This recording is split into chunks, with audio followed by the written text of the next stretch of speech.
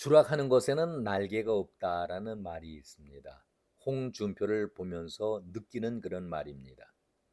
홍준표는 정치 여정은 여기까지다. 이제는 평범한 시민으로 돌아가서 아주 편하게 살겠다. 이런 말을 한 지가 2달 보름이 조금 지났는데 이제는 정치인이 아니죠. 무지개 백수 건달 생활하면서 본인 말대로 자기가 평범한 시민이다 이렇게 얘기를 했는데 현역 정치인보다도 더 정치에 관심을 갖고 독서를 퍼붓고 있습니다. 이런 점을 어떻게 우리가 받아들여야 합니까? 왜 이렇게 나이가 들수록 더 추한 모습을 보이게 될까? 추한 모습을 보일까? 정치 복귀를 하려면은 그냥 나 정치하고 싶어서 다시 복귀했다. 이렇게 발언을 하면 될 텐데 하와이에서 한 달 동안 골프를 아주 즐기다가 들어오면서 이런 얘기를 했었죠. 세상이 다시 나를 부를 때까지 기다리겠노라. 누가 기다립니까? 누가 부릅니까? 자기 지지층, 청년의 꿈에 지지층 몇 사람이나 부를까요? 아니, 자기가 정치 욕심이 있으면은 그렇게 나 복귀한다라고 밝히면 될 텐데 그런 사람들이 어디 한둘입니까? 그런데 실제적으로는 정치 복귀 선언은 하지 않았지만은 실제적으로 정치인 이상각에 복귀 활동을 하고 있는 것 아니겠습니까? 이것이 홍준표의 이중적인 가면을 쓴 그런 정치 30년이었다. 저는 이런 말씀을 드리겠습니다. 깜나라 조진국 시간입니다.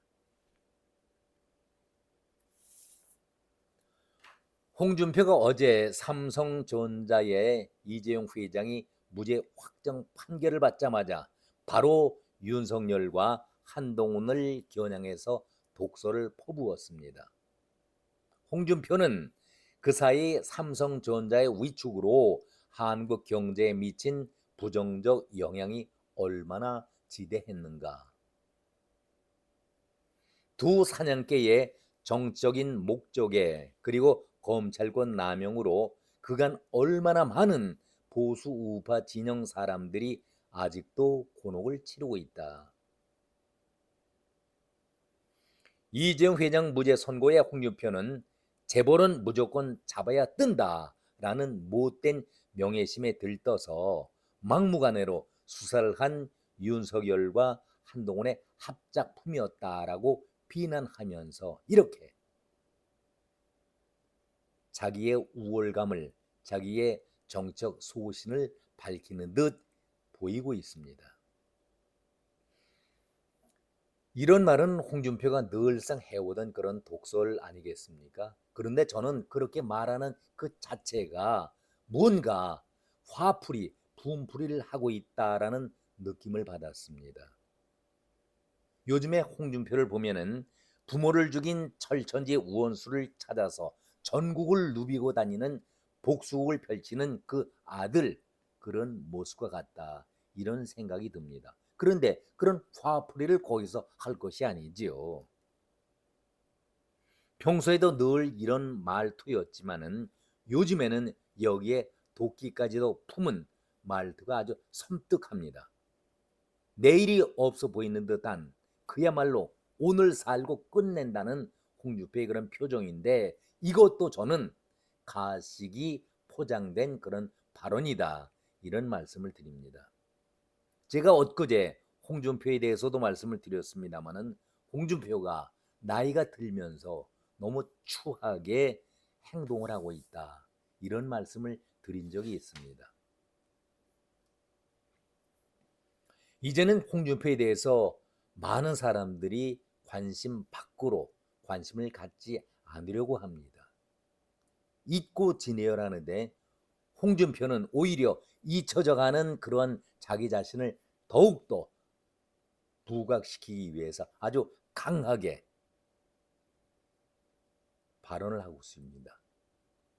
마치 종로에서 뺨을 맞고 한강에 대고서 분풀이를 하듯이 추락하는 것에는 날개가 없다라고 제가 제목을 달았지만은 홍준표는 국민의힘 당 경선에서 아니 최종까지 간다라고 얼마나 너스레를 떨었습니까? 그런데 준결선에서 망신을 당하지 않았었습니까?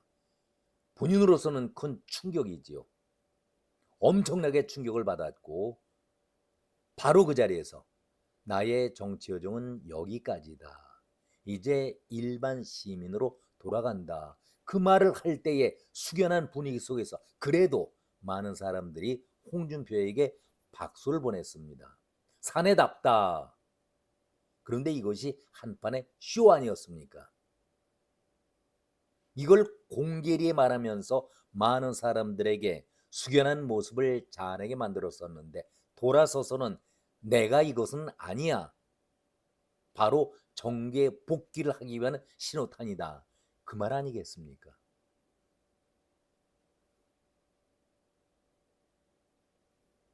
우선 이런 국면을 피해보자. 망신살 뻗쳐 있는 경선 탈락이라든가 그리고 또 다음에 제가 거론하겠습니다만 명태균 게이트 이거 빠져나기가 쉽지 않습니다.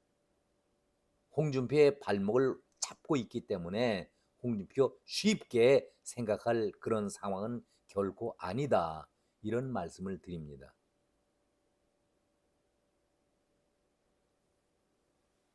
당분간 소나기는 피해보자. 그래서 일단은 정계 은퇴를 선언했었는데 그리고 두 번째 이유가 바로 써 있죠. 명태균 게이트. 이 발목 잡힌 것을 피해보자 해서 일단은 정계 은퇴 선언을 했었는데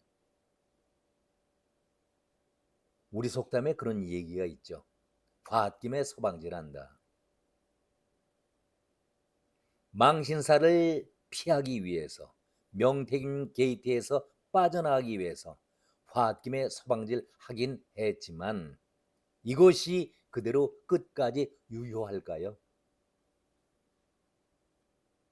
물론 홍준표가 정계 은퇴를 선언했으니까 정치판에서 일단 사라지겠죠. 그런데 오히려 자기는 더 정치에 독소를 퍼붓고 있다. 앞뒤가 맞지 않은 얘기 아니겠습니까? 그러니까 한마디로 계산을 하고 은퇴를 선언했다. 이런 말씀을 드리는 것입니다.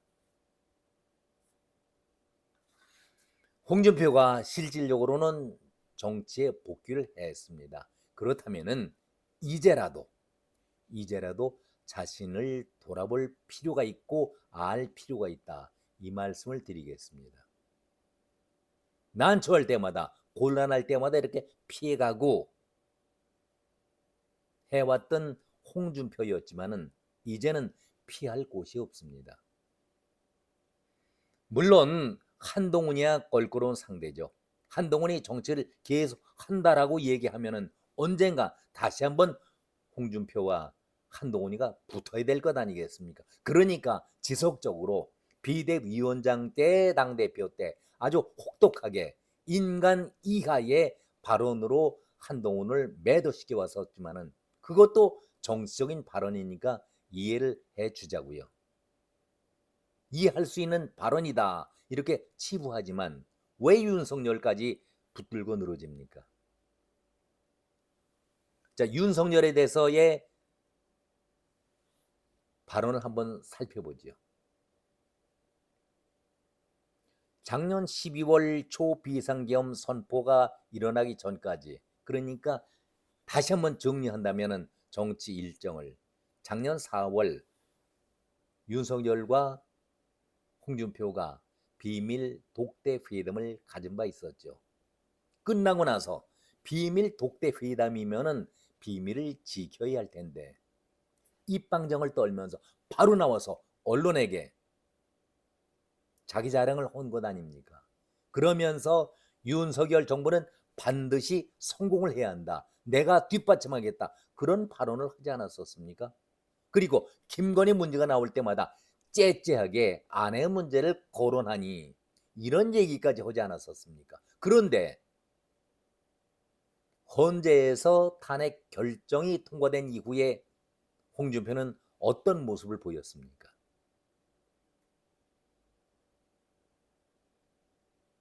홍준표는 늘 이런 얘기를 입에 달고 살아왔습니다. 내가 보수를 지키고 무너진 당을 살린 정치 30년의 보수를 지킨 사람이다. 그러면서 나는 두 번의 사기 경선을 통해서 당한 피해자다. 이렇게 얘기를 하고 있습니다. 그런데 그런 얘기를 하더라도 동조하는 사람들이 결코 없다라는 이 비정함. 만약에 있다고 한다면은 그 소통 창구인 청년의 꿈 몇 사람 정도 아니겠습니까? 그런데 정치라는 것이 혼자 하는 것이 아니죠. 홍준표는 늘 독선적으로 자기 중심적인 정치를 해왔지만은 정치에는 정치적인 동지가 몰려들어야 정치의 힘을 발휘하는 것입니다. 이것이 정치하는 힘이죠.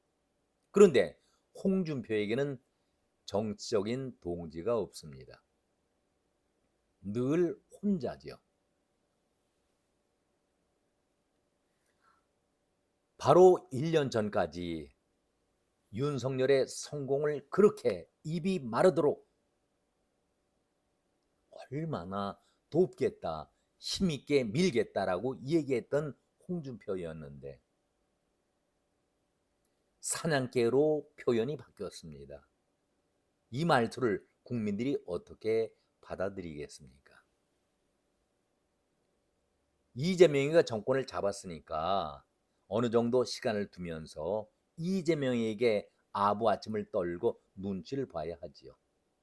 그러나 어느 정도 시간이 지나고 보수가 재정비를 다시 하게 되는 날, 바로 이재명에게, 한동훈에게, 윤석열에게 했던 그 독소를 다시 옮겨서 퍼 나를 것입니다. 왜? 나는 보수를 지키는 전사다. 그것을 알려주기 위한 것 아니겠습니까? 얼마나 가증스럽고 이중적인 정치를 해왔나. 홍준표 스스로가 이제는 깨달아야 합니다. 내가 이재명과 같은 그런 인간들과 싸우면서 정치 30년을 해왔노라. 그러니까 보수에는 나밖에 없다라는 말을 하고 싶어서 지금 이재명에게는 잠시 숨을 고르고 있는 것이죠. 그러나 앞에서 제가 말씀드렸듯이 당내에서의 지지도라든가 준결선에서 떨어지지 않았습니까? 그리고 명태균 게이트가 이게 쉽게 끝날 것이 아닙니다. 지금 이재명 정권이 특검 정권 아닙니까? 그 가운데 홍준표가 정치자금법 위반으로 지금 특검에서 조사를 받고 있는데 본인은 명태균을 만난 적이 없다라고 강하게 부인하고 있지만 하나 둘씩 증거가 나오고 있기 때문에 홍준표로서는 마음이 결코 편하지가 않습니다. 민중이 특검이 홍준표의 정치자금법 위반과 관련해서 명태균과 만난 사실이 없다라고 얘기하지만은 하나 둘씩 증거를 확보하고 있기 때문에 쉽게 홍준표가 이 문제를 처리할 수는 없겠다라는 걱정도 솔직히 들기는 합니다. 정치 30년을 이렇게 해왔으니 저는 다시 한번 오늘 제목처럼 추락하는 데는 날개가 없다라는 그 말씀을 인용해 보겠습니다. 홍준표 사무실에는 척당불기라는 그런 액자가 걸려 있습니다. 기계가 있고 남에게 고개 숙이지 않고 당당하게 살아간다. 그것이 척당불기입니다. 홍준표 씨, 과연 30년 정치가 자신 있게 척당불기 이것을 지켜왔다라고 말할 수가 있겠는가요? 오늘은 여기까지 말씀드렸습니다. 고맙습니다.